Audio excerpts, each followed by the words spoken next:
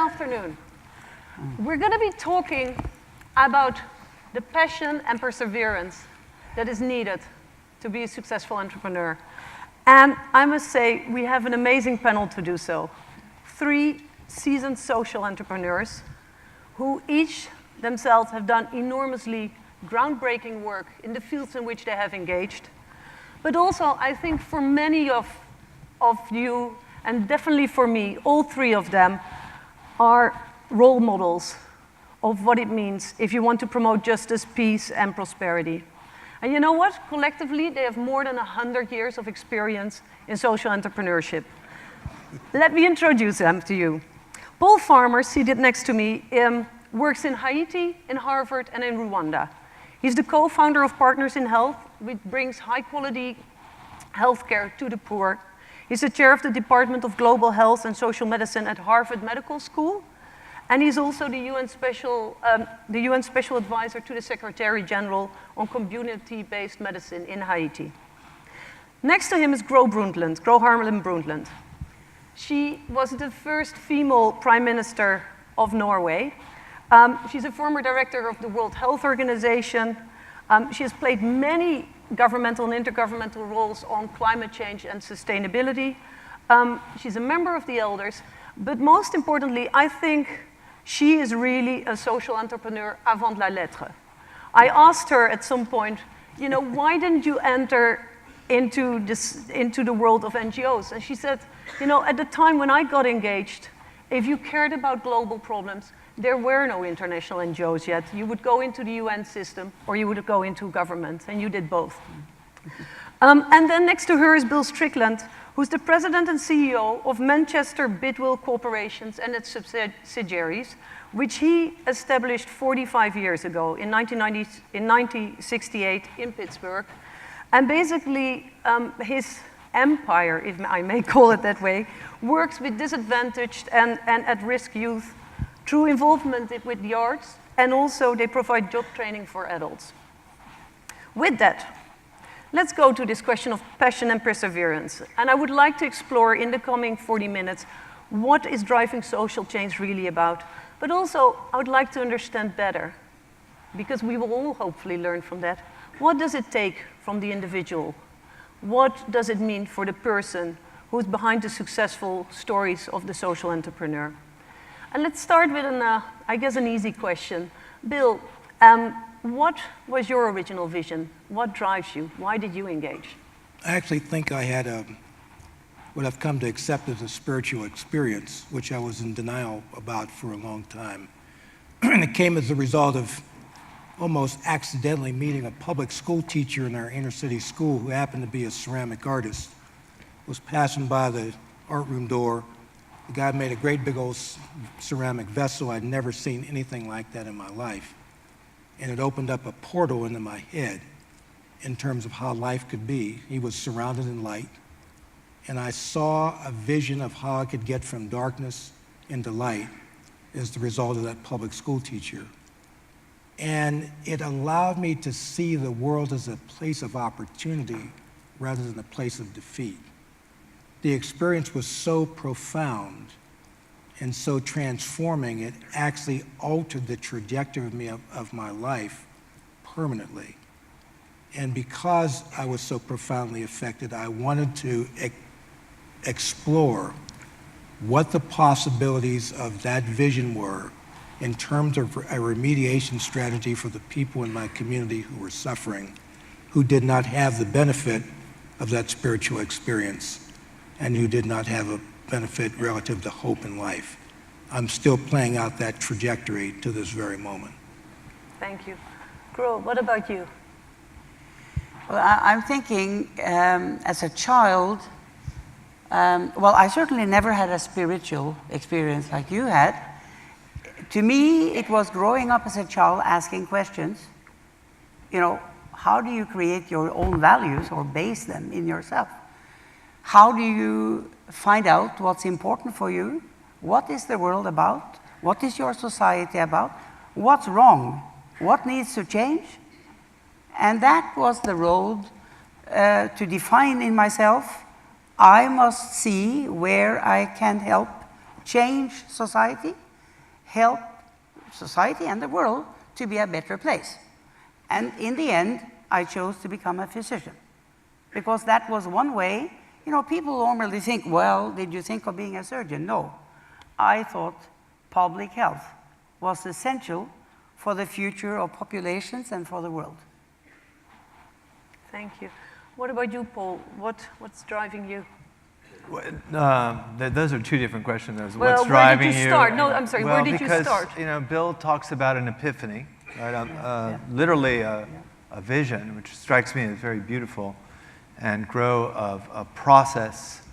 And, you know, I'd have a hard time pointing to one or the other. I can say that by the time I was, you know, I saw some things happen. I knew I was going to be a physician already in Haiti. You know, I was 23, but I had to get to Haiti, right? I had to have some idea that I wanted to work. I was raised in Florida. You know, I had to have some idea. In fact, I had applied for a Fulbright scholarship to go to Senegal, and it never occurred to me that I wouldn't even be offered an interview, much less the Fulbright. So Haiti was plan B, and there's just, all through life, these kind of serendipitous events that are sometimes successful and sometimes failures, they can still lead in a certain direction.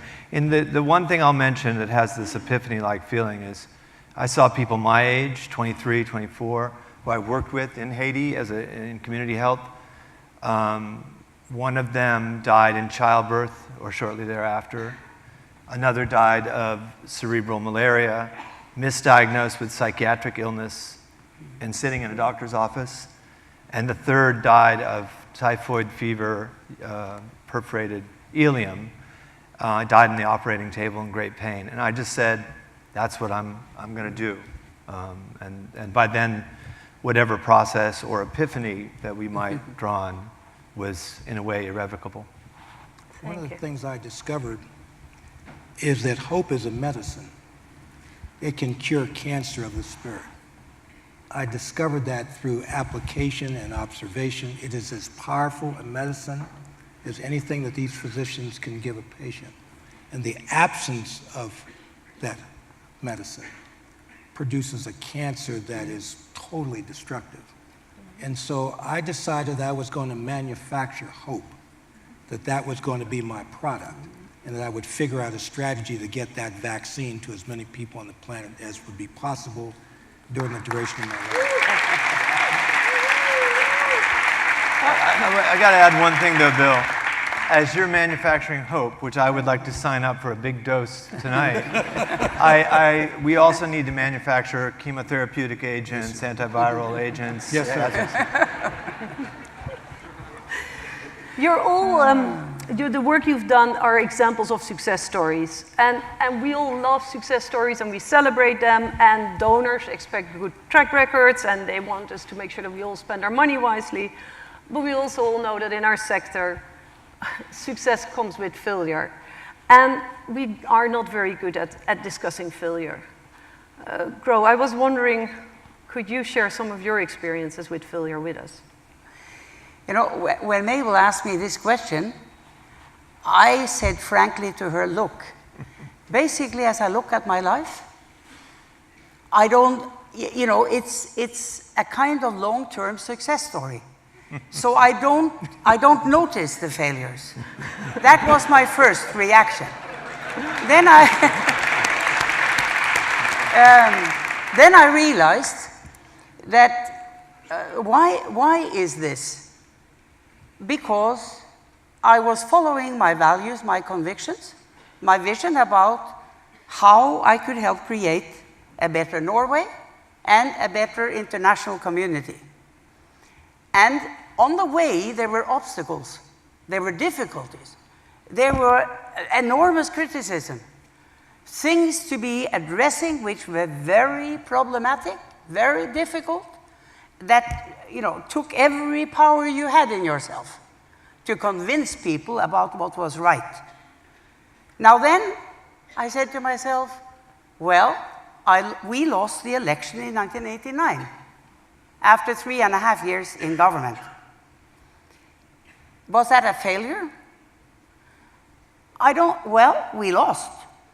But our view and my view about what we were doing was long-term, not short-term.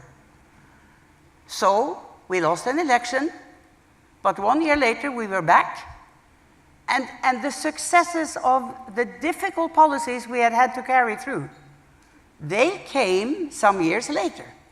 So it is this conviction that when you are following, pursuing your passion, your convictions, and you are aware that it may take a long time, which is perseverance, by the way, it's a combination, then you can take setbacks, climbing hills, and be happy about the success that comes behind it after, at a longer term, with a longer term view, I think.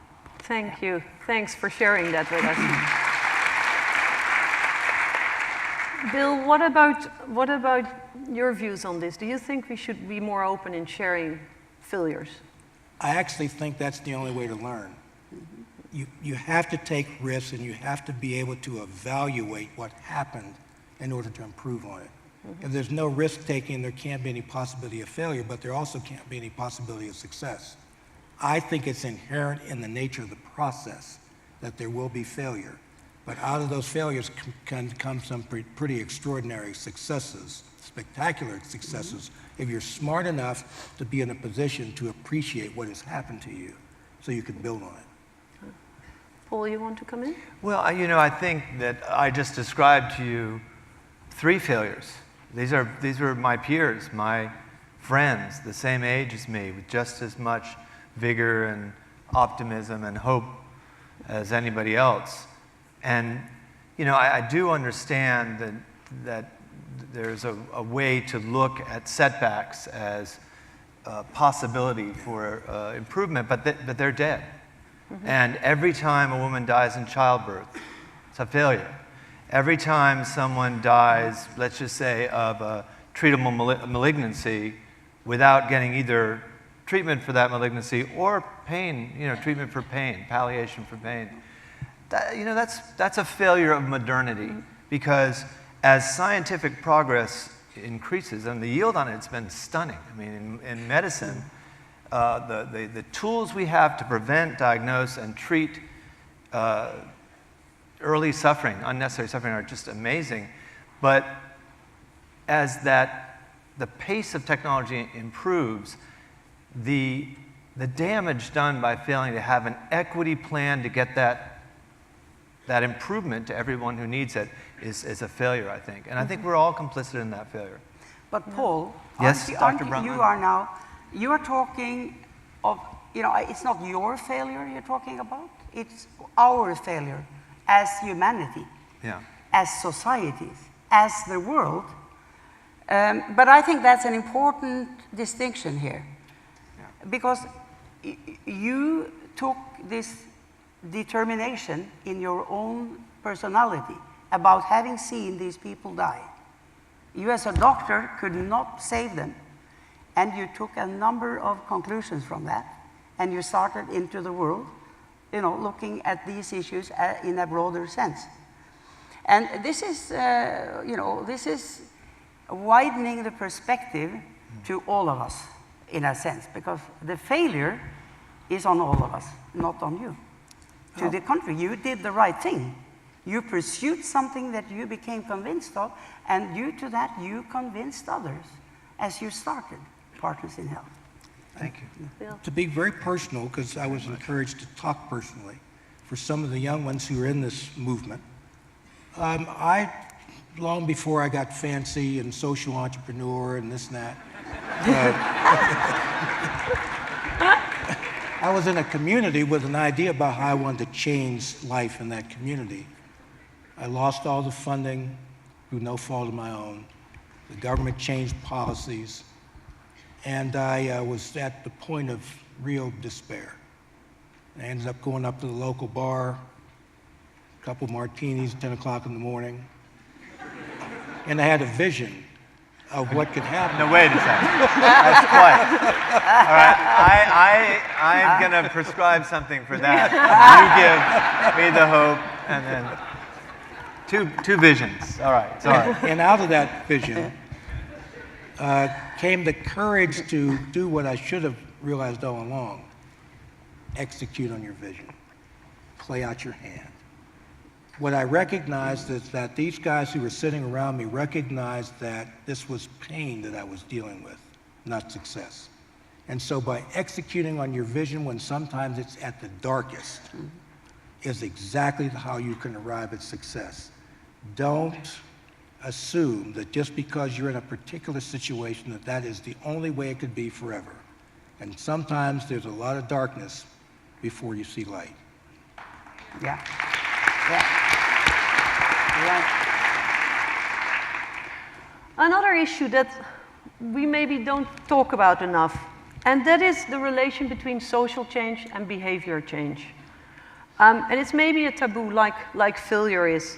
Maybe because we don't know a lot about social norms, habits, traditions, although I know there's some people here in the room who know a ton load about how you change behavior. But it's very sensitive, and yet it seems to me if you want to do anything that's lasting, you need to create that hope. You know, any progress we have made on the big issues, ancient slavery, the abolition, female genital mutilation, the way we think about our enemy, the environment, how we treat it, the treatment of women, much, if not all of it, is linked to behavior change. That's what you do, Bill, all the time. What's your advice? My advice is stand for something. Believe in something. Stand for right, oppose wrong.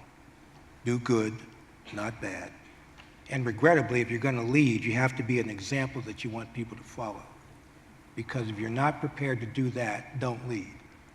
Because regrettably, responsibility comes with this business that we're in. And you're going to attract the hopes and aspirations of a lot of people, whether you like it or not. And I believe that you have a responsibility to be the example of the world that we hope to live, and not the example of the one we hope to leave.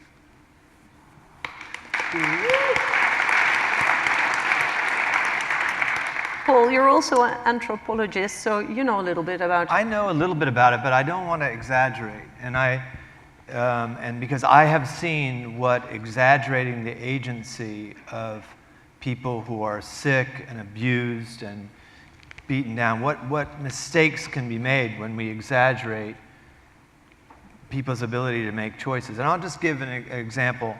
You know, if you're working in a prison as a doctor, and you know you're dealing with an airborne disease, and there's no infection control, then you can say all that you want to the prisoners about, you know, you got to change your behavior, stop breathing this air, but it's not going to have any impact.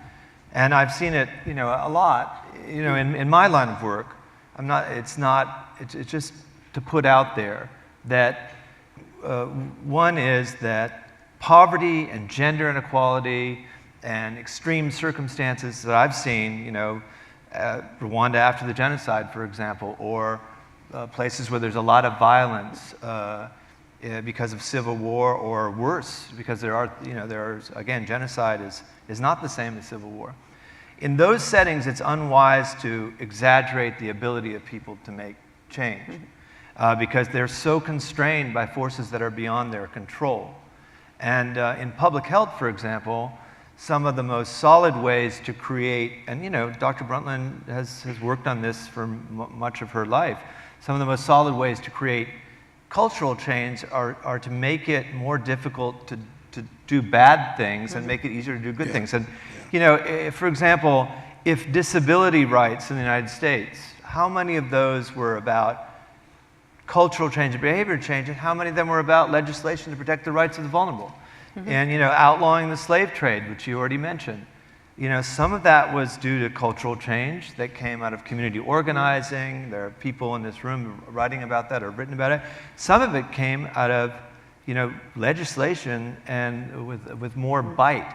So I just think claims about causality of social change and cultural change, we have to be careful about them because it's not easy to change culture. You know, if every organization you're running into says, you know, here's our theory of culture change, I think we should be a little bit suspicious that might not be really well buttressed theory of social change, but a little bit of faddishness that creeps into our work in social entrepreneurship. Gro, Norway is the country where I think women are about as equal as men as you will find in any place on earth. Do you know some of the secrets of the success? You know, I think there is probably a long historic situation. Norway in the old day, you know, the Viking time and so on, the men went out, you know, hunting or warriors across Europe. The women stayed home and take care of the family. They did the fishing, they did their local agriculture. They became in charge of their families. So I think for a long number of years, women's position in Norway probably made it a little easier for us who started really promoting big change in the 60s and 70s. As we put on the agenda what needs to change with regard to the rights of women. And that, of course, happened through legislation, through conviction, through appealing to people and having them understand we are equal individuals, we should have the equal opportunities. Why should there be any limitations to what women can do and compared to men, etc.? And to put precise objectives on the agenda and push for them. You know, like the 40% rule that we pushed in my party. Any body elected by the Labour Party has to have at least 40% of either sex. We prepared and did that in 1983. It was seen to be radical, and there was a lot of opposition. But within 2 years after that, every county in Norway, in my party, had been able to make lists for the parliamentary election that had equal numbers of men and women on every, you know, electoral part of Norway. So the opposition was there, but once we had done it, it just, we could go forward. Now, all parties in Norway agreed to this, and we have basically close to a 50-50 situation in parliament and in government. No prime minister after me will ever dare not to have at least 40% women on the cabinet. Yeah. Well done. Well done. Bill, you want to... That inspires a thought in my own mind, just reacting here to right and wrong, standing for something. In my neighborhood, there's 4 blocks from where my little center is. There's a school, public school. It has metal detectors, cameras, bars in the windows, guards in the hallway with walkie-talkies, and police dogs and canine units in front of the building every day. I built a center 4 blocks away and refused to put in a metal detector, or cameras, or guards with guns, or canine units. No incidents in 26 years in the same neighborhood. So the principle is that sometimes you have to take a risk on behalf of what is right in order to alter the conversation. If there is no risk-taking, there is no possibility of change. And I think I would encourage those of you who have a vision about what you think is right within the context of where you operate. We are in need of your taking a position that we can see on behalf of doing the right thing.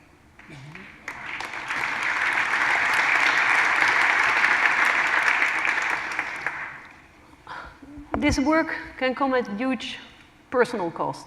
You can be very lonely at times. You can give up hope that what you're trying to do is really making a difference. You cannot be there on important moments in the lives of your family and your friends. How do you deal with that? How do you cope? Gro, you want to go first? I think, well, first of all, I said earlier I was lucky. I mean, I know I was lucky in growing up in a very supportive family. And not only with a mother, but a father who supported and took for granted that a girl could do exactly the same as a boy, which was not obvious when I was 10 or 15. Now that's a lucky start, but then I happened to find a lucky, solution as I married my husband. I was really lucky. You couldn't know, but the fact is, without, you know, his support from the beginning, our companionship, and when I then was given all these, you know, big obligations, supporting me and being there when I needed to have that close family contact on the daily basis. Many days were fine, others certainly were not. And to have somebody to tell the story and to cry with if you needed to was wonderful. So that's part of that thing. Let's give a hand to the man who's sitting there.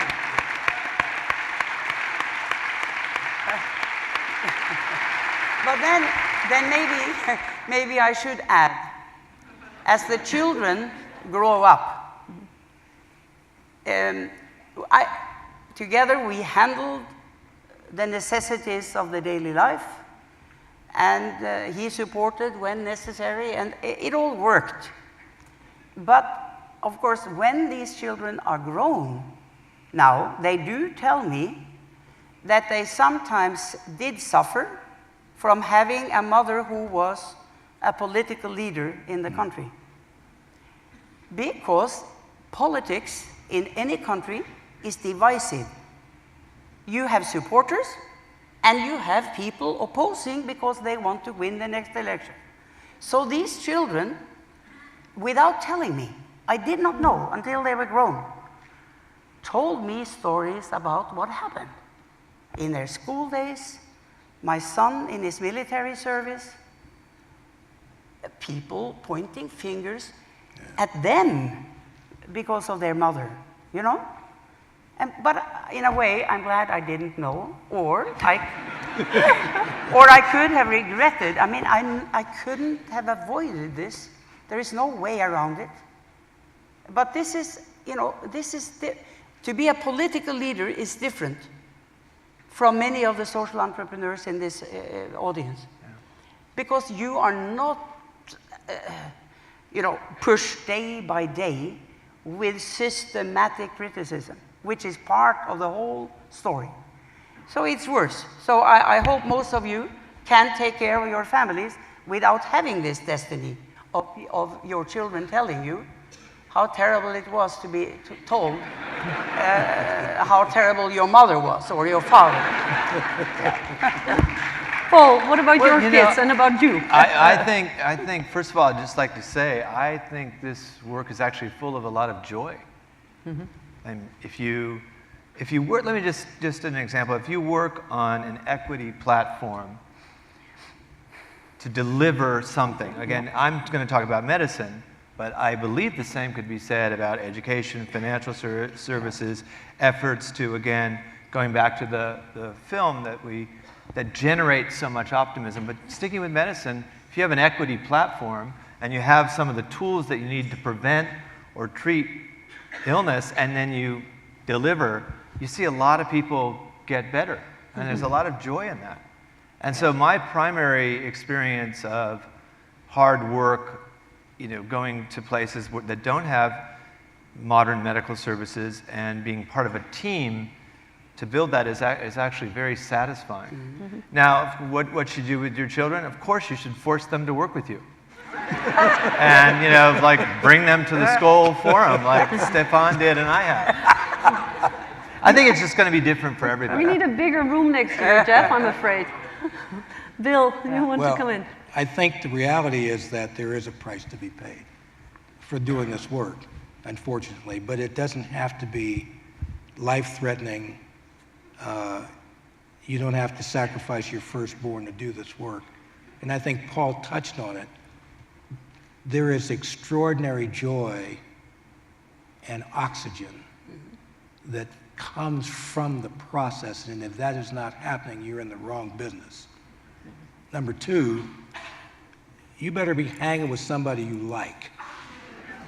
Now, I'm working on my third and final marriage of this life. And I developed a new concept. Why don't you marry somebody you like this time? See how that works. I did romance, I did champagne. My recommendation is marry somebody you like, because life is really played out there.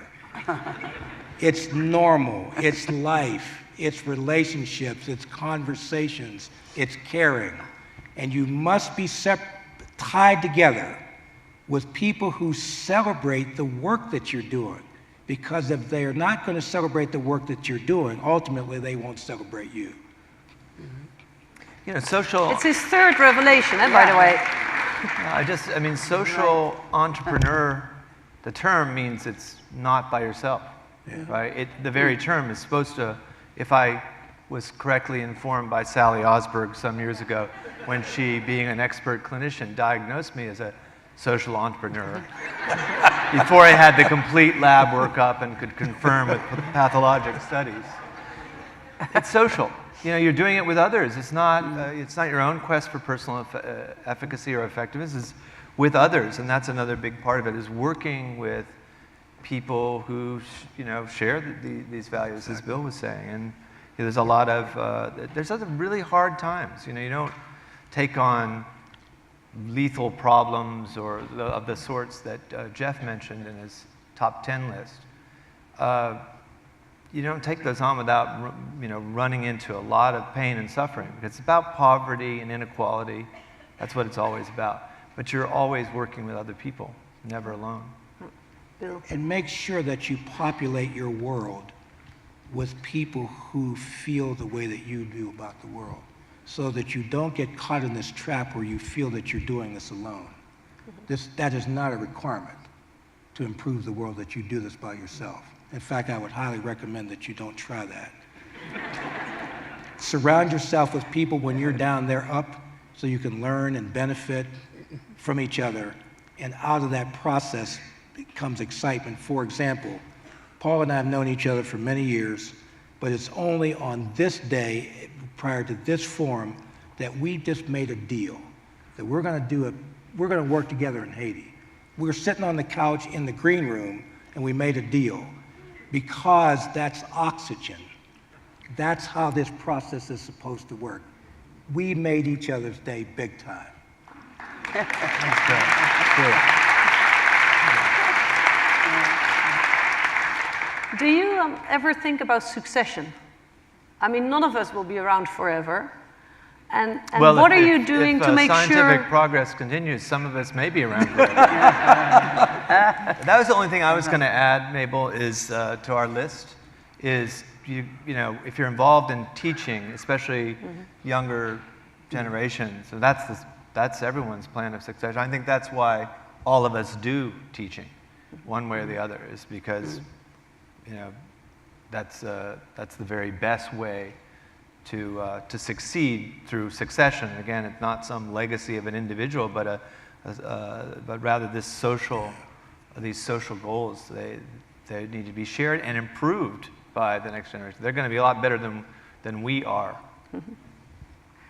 Gro, you want to say something on that? Well, I'm just thinking that how we have been, working hard, struggling even, within the elders that Mabel and I have been together on for several years, to find new elders. Because in fact, we are all, who started 2007, now 6 years older than we were when Nelson Mandela called us together. It has proven to be difficult, but we have to. So but maybe that's because people don't retire anymore. That's the other, that's part of it. Because, I mean, one of the most energetic persons I know is Jimmy Carter. He's, I think, now 87, 88.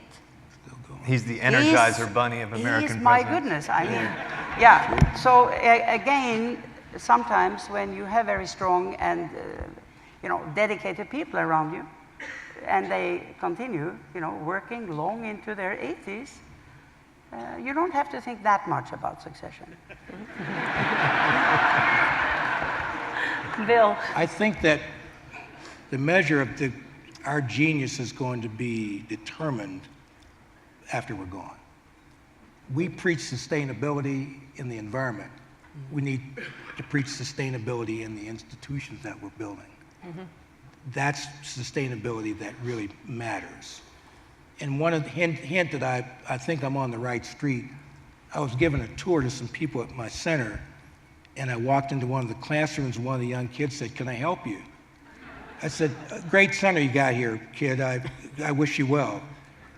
And I thought, there's the first indication that I'm doing my job. Mm-hmm. He no longer associated me directly with the work, that the process now has an independence of its own. I thought that was a very positive sign. Fantastic. Cool. I just want to make a pitch because we talked about perseverance on the phone, and you talked to us before we got here. And one of the pathologies that I think we see a lot in this quest for innovation and disruption, one of the traps is that we forget that things need to be sustained. Yes, sir. So that you take the any example that Gro could give you from Norway, some progressive policy or improvement, or that Bill could give you from one of the centers from across the States and elsewhere, and I could certainly give from experience of trying to put hospitals and clinics in places that didn't have them. A lot of us want to be there to start a new project or see some innovation or roll out a new technology or bring it to scale, whatever the latest, again, fad may be. Keeping something running so it really serves people, especially poor and vulnerable people, requires a long-term view, meaning decades. And it requires support, long-term support.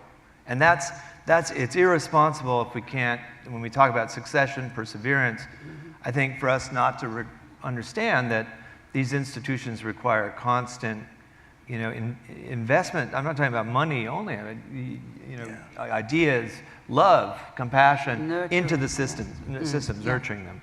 One of the things I hope we'll develop out of these conversations is a methodology for the next generation to learn the habits that we've acquired through scars on our backs, so that you get steeled for the mission that's in front of you, and that we have the good offices to give you some sense of how to survive the lifestyle that you've elected to follow.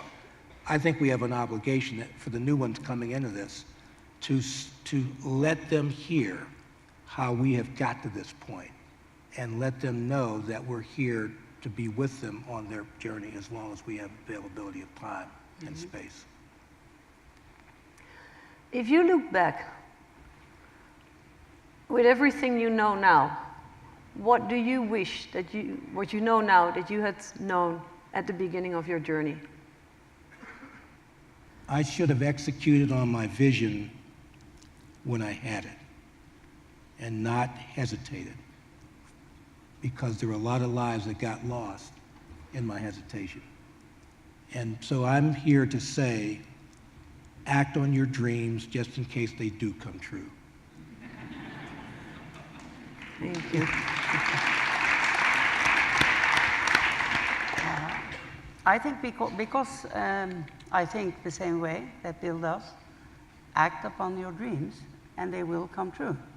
This is, in a way, I don't know what I could have known or understood early in life, like a 10 or 15 or 20-year-old, that would have changed my way of prioritizing my time and the way I try to work with others to create change.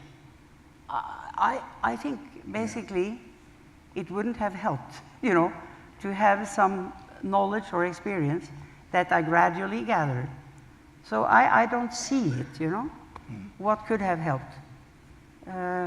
As you say all the time, you have the solutions based on science, and they should be available to all. And we should be more concerned about spreading that availability than only looking at finding the new methods, as long as so many people are left behind. But, as I say, I came from a lucky country. To Norway, it has been possible to convince people that we are all in this together. We go together, we share, we have everyone right, to full health and education. And there is nothing like people left behind. This is a societal, responsibility. But you have to fight for it, you have to explain it, you have to create that kind of value base of solidarity across a society. and reaching out to the world, which means we have, in different parties, been able to have Norway the highest, on per capita basis, deliverer of official development assistance. It goes to sustainable development, to education, to health, but it is possible to have the Norwegian people agree to this in the elections. And that's not the case everywhere. So we still have a large gap to fill of people being willing to stand up to the challenges of the world, on a solidarity basis.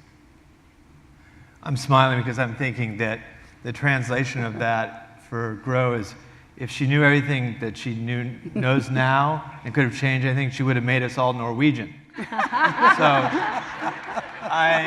it would have been easier, yeah. It would have been easier. What you're saying there is very powerful, because it is about building systemic change.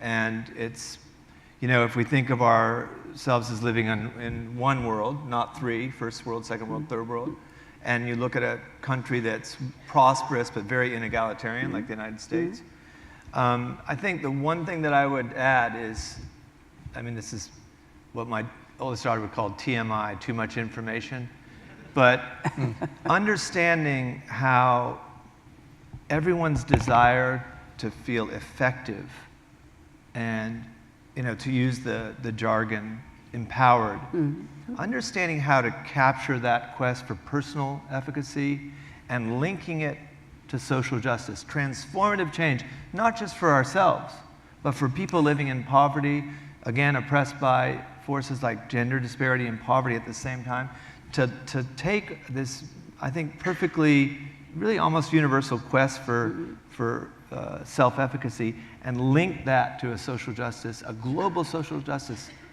mission.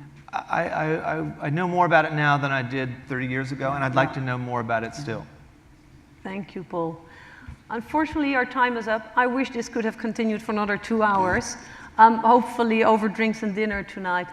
I want to thank you for, and I think not just increasing my passion and perseverance and teaching me a bit more about it, but I think I'm doing that on behalf of this whole audience. Thanks, Bill. Thanks, Gro. Thanks, Paul. Thank you.